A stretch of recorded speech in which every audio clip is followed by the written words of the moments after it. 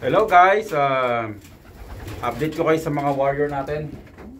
So pasensya na, medyo matagal tayo din nag-YouTube sa ating ibon kasi busy tayo palagi. So ayan guys, yours.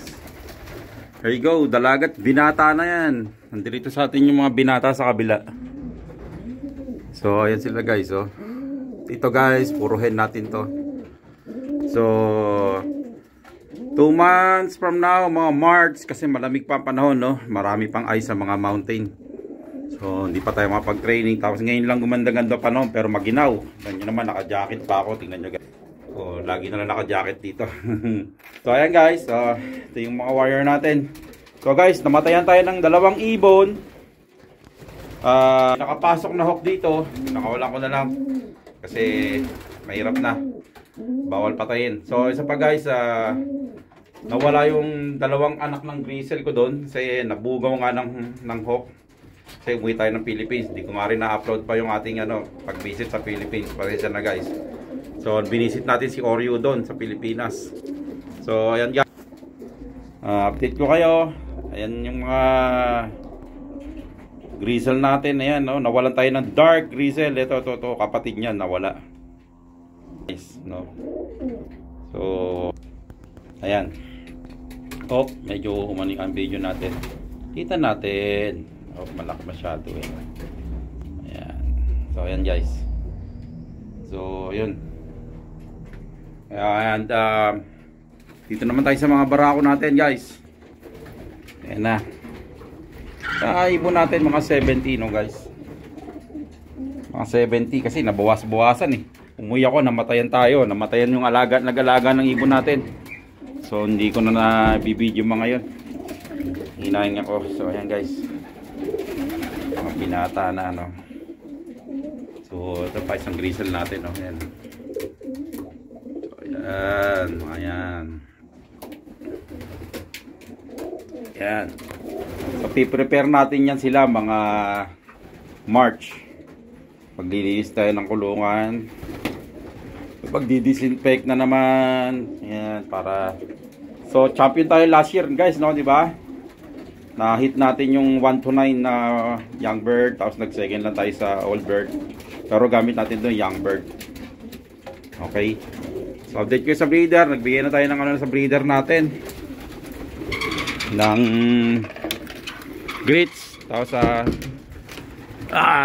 nag-iba tayo ng selection ng ibon dahil magpapadala tayo sa one low price. Update ko kayo sa natin pag nag one low price tayo.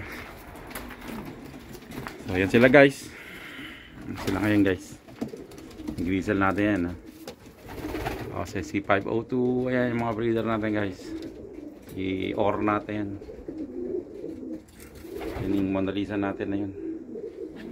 Kita ba guys? Nasisilaw ako eh. Ano ba? Ayan guys. So ito yung selection natin guys. Tapos meron pa tayo dito sa kabila. So guys, ayan may ibon tayo dito kasi baka papaliparin lang natin, papaamuin lang natin itong pilit ng mga to. So guys, si Bollinger nag-give up yung health niya, may health problem si Bollinger. Si Steve, yung isang fancier dun sa ano. So ayan, kinuha ko. Ang daming ibon guys, kaya lang dami na natin ibon. So ayan, kinuha ko yung nalang matanda na black widow at black checkered. So magsiselect tayo ng state race kasi guys, nag-ayos tayo ng sakyan. Tapos ko lang. Tapos ito guys yung ating Wolverine Sanjay. Tapos ito may Mona Lisa tayo dito. Update ko kayo sa ibon natin. Ayan. May itlog dito guys. Nga pala may itlog na rin yung ibang breeder natin doon. Si 502 natin. Ay, yeah. 266 natin yung nanalo sa Crook River. Ayan. So yun guys. So update ko lang kayo sa ating mga warrior nga. So kanina nagpalipad tayo. Hindi ko naman na-videoan. Wala sa isip ko. Okay. So ito, di pagkaanong mga Pero dito hindi pa ganong molted. Ayan guys, hindi pa masyadong lugon. Bata pa. Mga ano lang yan guys mga nagkakamali October yan, mga ganyan. Yan, so, mga October yan, November. Okay, so.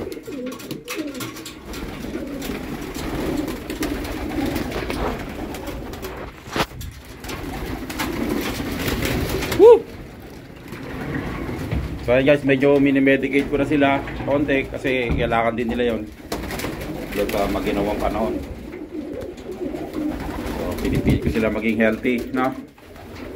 Bibigyan ko sila ng grits taka ano, puro medication lang, di mo sa inaano sa mga vitamins. Malalakas naman yan malalakas naman kumain. Yun ang mahalaga.